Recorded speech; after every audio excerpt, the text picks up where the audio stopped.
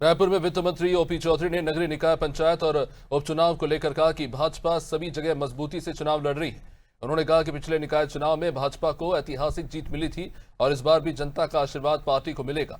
OP Chaudhary ने कहा कि प्रधानमंत्री मोदी के नेतृत्व में भारत इलेक्ट्रॉनिक्स और इलेक्ट्रिकल मैन्युफैक्चरिंग का एक बड़ा केंद्र बन रहा है।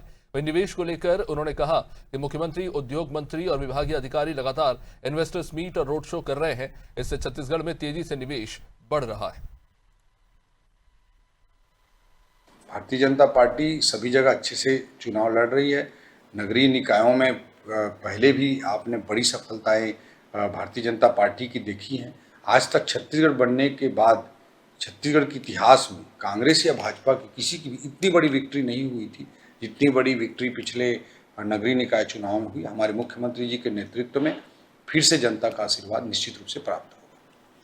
अभी जो दूसरा SEZ का जो प्रस्ताव क्लियर हुआ है भारत सरकार की ओर से हमारे छत्तीसगढ़ के नवा रायपुर की दृष्टि से, वो सेमीकंडक्टर मैन्युफैक्चरिंग की दृष्टि से जो नवा रायपुर का सेकेंड SEZ को मान्यता भारत सरकार ने प्रदान की है।